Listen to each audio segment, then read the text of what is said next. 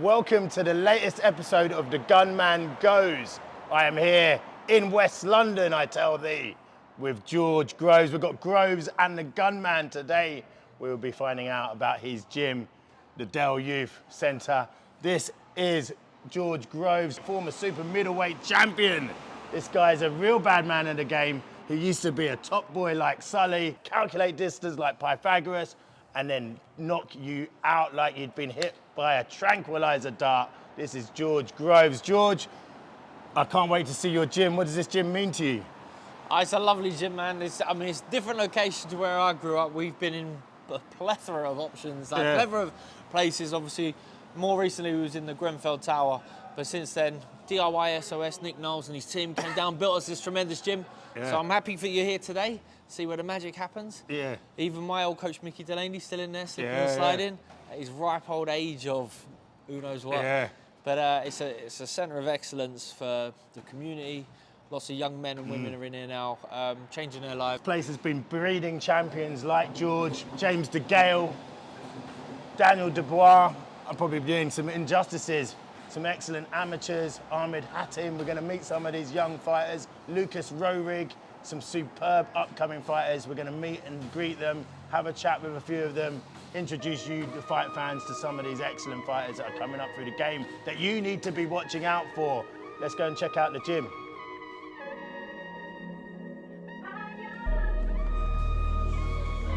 Sick.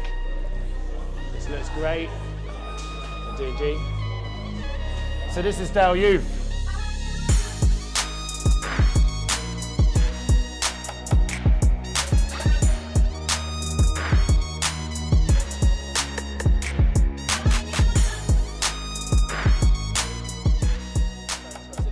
So yeah, we've got this gym now. Got a great setup. Get everything you need. You don't need an awful lot, believe it or not, when it comes to, there's a lot of fighters in here, but as long as you've got the ring, got a bit of space to move about, a few bags, and this is a massive upgrade in many ways. Like there's a curved treadmill in the corner, you've got some dumbbells over there, so I can get the lads doing a few circuits from time to time. Isn't that the beauty with boxing, that really you only need a skip rope? You know what I mean? You get a skip rope, a little mat so you can do your core, and a bag, and you can do a full camp, really. You know what I mean? Like it's not a sport like tennis where you have to, pay to be in or golf, and you've got to pay for a membership that's silly expensive. Clubs, rackets are expensive. It's a proper working man sport. We can just jump in here and get stuck in. No, absolutely. You've got the entry level is acceptable. And gloves don't cost too much.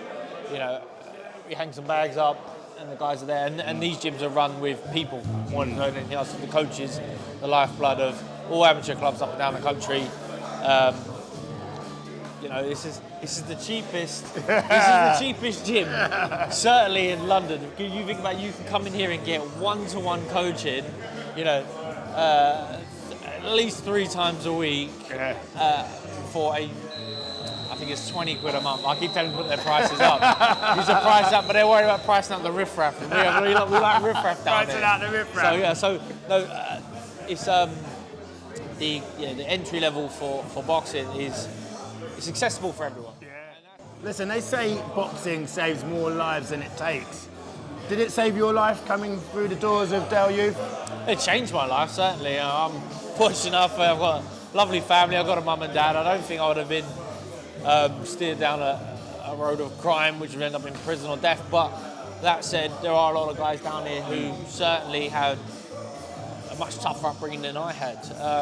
And this is, it's a community, sure, but it's like we're here on a Sunday morning. It's people's church, it's people's religion. They come in here, they can't cope without it. Yeah. It does, in this day and age where people know about.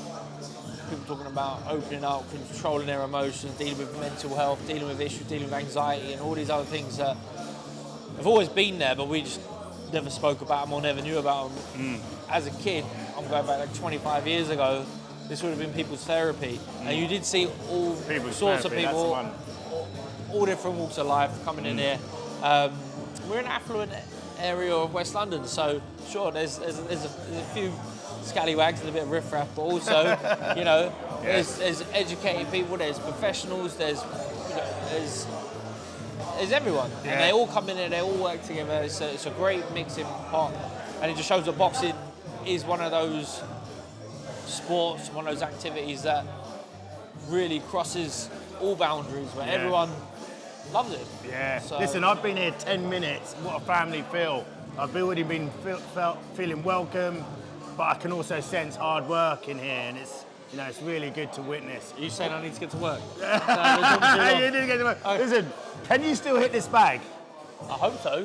What, that one in Can particular? can we have a little look? See what you got left. You have to watch me grab my hand for 25 minutes first. Can we see what you got left? I'm not going to hit it hard. I don't know if I'm going to hit it hard. See what you got. What has he got? Oh, But shit. so look, I'm a coach now, right? Back, weight on the back leg. Yeah. Yeah, loaded. Yeah. There we go. I'm going to shoot hip, shoulder, follow. Ooh. Hip, shoulder, follow. It's Oh! gonna come through. I'm pushing it because I don't want to hurt myself. Mate, I don't want you to I'm hurt not me. exactly warm, right? But hip, shoulder, follow. Right, I like to throw the right hand. This is a tiny little tip and trick, right? So I want to take my head off the line, just a fraction of gloves with gunman. So I'm there, and my head just come off the line of touch. Don't want to wing it in. I want to try and throw it straight. And then from there, rather than pulling my head back to start position, I put in the most minute of roll. So it's like a right hand roll, right? But there, I'm talking about an inch, but that just lets me get back into that back leg loaded. Bang. Right hand back into back leg. If I'm there... Mate, he's not even touching this thing proper. And I can feel this, you know what I mean? He's not even touching it proper, you know what I mean? He's being sweet. I think he's put my shoulder out, you know what I mean? One of them ones. How did the rivalry with James De Gale start? You guys were stable mates. How did it blossom into one of the biggest rivalries in British boxing history? Again, we was over there predominantly in Grenfell Tower. We originally started in a morgue right by Avondale Park. That was the original gym that I was at. Yeah. Then we moved to Grenfell, which was slightly bigger. And obviously at the time, we were juniors still. James De Gale, a couple of years older than me, called him Chunky. He was heavier than me, I was smaller than him. Yeah. But then at once, he started taking his boxing seriously as a senior boxer. He came down to middleweight, and I ended up going up to middleweight. He won 2 senior ABA titles, went to the Commonwealth Games. He was the #1 fighter for GB. But I'm a middleweight now, I'm a senior now, and I want to go in the ABAs. And he didn't want to shy away from it. To his credit, he said, no, I'll deal with that. I'll deal with that, boy. I think, and there was always that feel for him that I was younger, smaller, never on his level. So we came up, we met, we boxed. I won, took my glory. As you do. And then, you know, we were never friends after that. And maybe even a little bit before then, when you know the possibility of fighting each other is brewing. And it was, as this club was a predominantly junior club, we never really fought each other. And it was really hard for Mickey, the coach, and the other coaches here. You didn't want, you invest a lot of time in the individuals that come in here. You don't want them fighting each other. You want them to be a happy atmosphere. Yeah, absolutely. And because kids are different ages and different weights, and they always continually moving, you can sort of jostle them out of the way and they don't fight each other. But once you've got a senior club, there's only 11 weight categories. When guys want to go in, they go in. So that first year in the ABAs, I fought James De Gale, but also fought Louis Reed from this gym. We had, I think, 5 welterweights went in. They all boxed each other in the ABAs. Lightweights, that's how it is. Everyone else managed to keep the peace. But me and James, we couldn't. You guys had more beef than an Argentinian steak, you two. Oh, well, I'm glad you said Argentinian steak, yeah. So we, and he was boxing for GB. He was in Sheffield a lot there at the time. He was travelling the world boxing. So luckily for us, we wasn't like, what would it be? You just got to walk in and that awkward. We didn't have to see each other. Didn't have to deal with that awkwardness too much. Yeah. The Gale fight. Or were you happy that you got under this brother's skin? It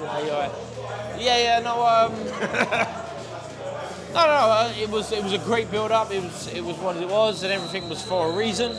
And I enjoyed it. I loved it. I thought it was. You wouldn't have changed anything? I don't think so. Pissed him off? Yeah. We weren't there to make friends. That's not how it is it? No. So just got to get that. Got to get people interested, which happens. But also, I wanted to get under his skin. If you're going to have a bearing on the fight where it might force him to make decisions that he doesn't want to necessarily do, become emotionally invested. tighten up even and take advantage of that, then so be it. But I think it went well. It was I entertaining. won, so I can't change it, yeah. Listen, I was ringside at that fight, and it was a phenomenal atmosphere, like red hot like the chili peppers. Atmosphere was thriving, it was absolutely brilliant. When the announcement was made, did you think you'd won? Were you certain that you'd won that fight? I felt like I've won this fight. You know, I thought I'd done more than enough to win the fight, deserved to win the fight. But with him being like the number one fighter, people were getting excited about him. I did wonder, are they going to give it to him or not? But no, something just told me, no, it's my time now. I've done plenty. I've done enough. I've finished strong. That goes a long way in amateur boxing. I was confident. I did jump up and down. I was excited. Water bottles everywhere. Yeah. It was like, you know what I mean? It was good. Yeah. It was good. It was a good look. It was a good look. The after party must have been wild as well, right? I was in the ABAs. That was only the first dibs. I think it was boxing the following week. So, celebrations went on. We won the ABAs that year, and we had a big party in must have been Hammersmith. Yeah. But your pro fight with him was the fight I was at, and that was razor close. Razor close, but it was such an entertaining fight. Listen, after that, you split up with Adam Booth, right? Why? Yeah, it wasn't directly after that. We had a few fights together, but I broke up with him just before fighting Froch, and we just fell out of favour with each other. The relationship just ran its course, I suppose, and it was just time to make a change. I had a big fight looming, and I just thought, all right, let me get all my ducks aligned. This situation right here isn't working for me. I was happy to change it and roll the dice, and the fight was set. The date was set. The opponent was set. I know I just had to go out and do my thing. So just got about it, and it was good for me. Like I was super driven, super focused, dialed in for that first Froch fight.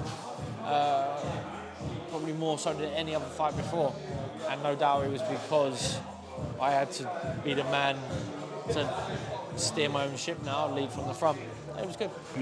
Did you think you was getting too much of a David Hayes sort of style in your boxing? Is that David Hayes style? It was like this, wasn't it? It was something like this. Yeah. Swinging arms. No, I don't think it wasn't. It wasn't necessarily to change styles at that point. You do, you start working with a different coach. You start working on things that you can improve upon. But the David A style had worked for me. Yeah. Can you do the David A style? Am I doing it wrong, am I? David A style. I'm swinging. I like that. So David Hay, it's low left hand, big right hand coming. Yeah. Everything off the hook. Weighty left hook. Never threw punches in bunches. It was one big shot. Sharp shooting. Big dynamic movement. So if he did wing that hook, he would step across. He would step up. I mean, it's risky. It's almost like turning your back on someone. Risky. But he was so explosive. He would get away with it a lot of the time. Yeah. And when he caught you, like you look at the Chisora fight. Chisora, look at the career he's had. No one really hit him the way David A hit him. It was a force of nature when he was on it, but always had to battle against health, as in injuries, and then also he's not a natural heavyweight. He's 6'3", a big lump, but he's built himself out for that. So when he's in there against a Klitschko, a Valoev, or if they'd ever seen the Fury fight or any of the other likes, he would have been giving away a lot of natural advantages in his height and size. Two epic battles with Carl Froch. The first one, I thought he was really unfortunate that he got stopped. He was coming on strong in the fight though, and it's one of those moments where what would have happened. I still feel aggrieved that he was robbed of the victory in that fight. He was all over him. First couple of rounds, like you look like Usain Bolt on meth. The energy levels were unbelievable. Like the punch volume was superb, completely dominated him, and then he come back in, ref stops it. Does that still scratch? Yeah. Still itch on the back? I don't even want to talk about it. But that's going to lead me on to the 90,000 at Wembley Stadium, getting knocked out like you've been hit by a tranquilizer dart. That wasn't ideal. That wasn't part of the plan. That was a sobering moment, to say the least. But that's boxing. That's how you got to get on with it, man. the whole rivalry with Froch can get summed up by one punch now. You know, I undone the good work that I did in the first fight. I've done the good work that I was doing in the second fight, yeah. So that, you know, I've done the build up there, but that's boxing. You know, that happens. Look, 2 more questions. The Chris Eubank Jr. fight, like you dominated that, brother. A lot of people was expecting him to beat you, even though he was coming up a weight. Is that one of your most satisfying victories? That was a really good win. Really good win. I was happy with that win. I thought I boxed really well. One of my best performances. Eubank was a handful at the time. Yeah. Like 7 years ago. Yeah. You know, a lot of hype behind him. Physically strong, great speed, decent power, great engine. So yeah, no, I boxed really well. I was really happy with that. And I thought I won really clearly.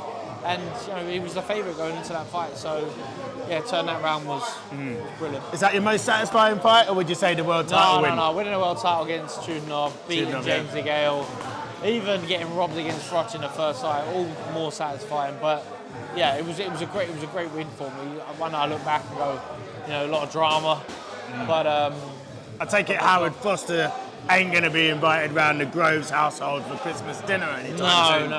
You know, after robbing you like with that decision, you know, stopping the fight.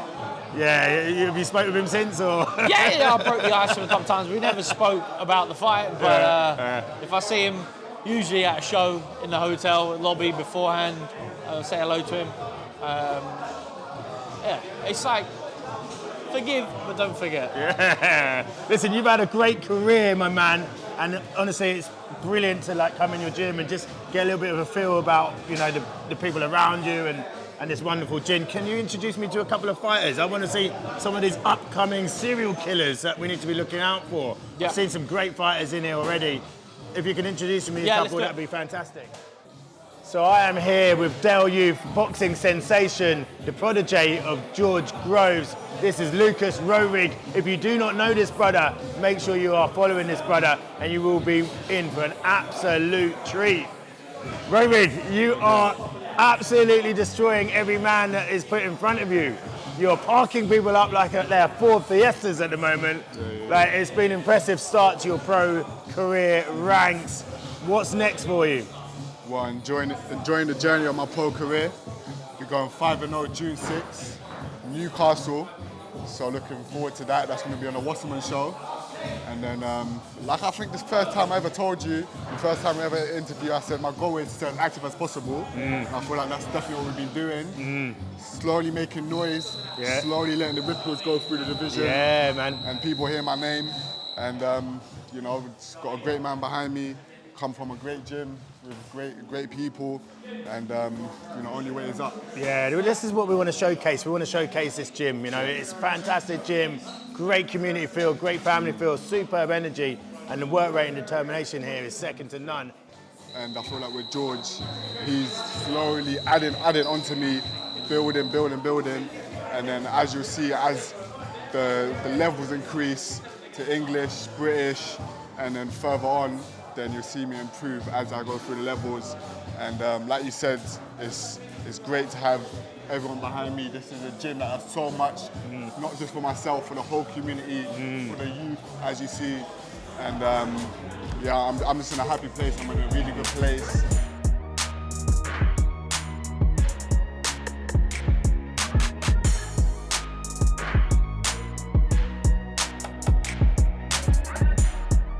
Right, help each other, lads. Good body shot, Oh, beautiful. Switching your stance. Of course, he's jumping straight on you. As soon as you switch, let them hands go, yeah? So here I am, Del Youth Club, with the main man, the Don Dada, the El Capitan of the ship, the top boy. This is Mick Delaney, the legendary Mick Delaney. Mick, how long have you been running Del Youth? Oh, 52 years. 52 years. Yeah. I mean, that's like a double homicide. Yeah. You know what I Yeah, mean? coming up at 53, yeah. Try and hold the centre, don't let him bully, yeah? Just, he's coming in very low. So every now and again, show him the jab, one step out, bang, bring the right up guard. Is it good to have a war or No. two before fights? before a contest, if they're going out on a show, I let them have maybe 1 or 2 open spars, where they can go for a bit. But normally, and obviously if another club comes to our club for sparring, you can't tell the other club boy to go away, you know what I mean? Like, take it easy. So obviously I'll let our boys I mean, through. these brothers aren't going light though, are they? Like, No. Oh, look No, at they're that. not. I mean, look at that. There you go. Now use your jab. But what happened Really? there, he's normally pretty good, this kid, but you know yourself, you're in there sparring. Now if he was sparring one of our boys, I would take it right out. I came to Dale when I was about 14. It's my second season at Dale, and it's just great sparring, competitive gym. It's everything you look for in the gym. Yeah. That's it. Yeah. Listen, it's got a really nice family feel to keep, to save you from gang life or, getting into dumb stuff on the streets. Do you find this actually helps clear the path for you? I wouldn't say necessarily, but it keeps me distracted, not from, say, like gang life or anything like that, but more, say, like going to parties and doing all stuff that I don't really need to do. It gives me a focus, it gives me a purpose. Yeah. And I believe that I found my purpose, and that's boxing. And this club, Dale Brilliant. Youth, has helped me grow as a person. Who I have bumped into, I did not know this brother was a Dale Youth amateur. This is the Southern Area champion.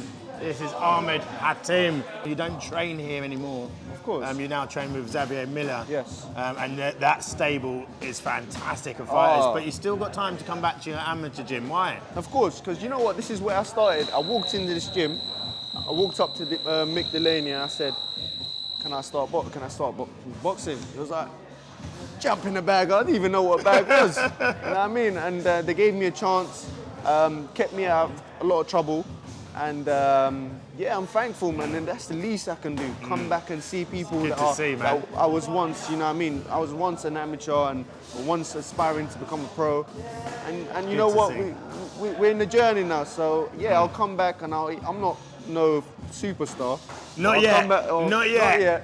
But I'll come and I'll give my 2 cents into things, my experience in the pro game, and yeah, if it helps, then that means the world to me. So, Dale Youth Amateur Boxing Club, what a hell of a boxing club. Great people, family feel, the work ethic and determination of some of these young upcoming fighters is just a pleasure to behold. The head coach, Mick Delaney, what a legend, a real gent of the sport, a top boy. What I have realised is even the big fighters like George Groves, whilst everyone is looking up to this man, he just blends in as part of the furniture. There's almost like an equality in the gym that, we all work together, we all pull together. The next Gunman Goes documentary will be out soon. Make sure you like, make sure you subscribe, make sure you comment, make sure you share. Gunman Boxing, the baddest boxing channel in the UK.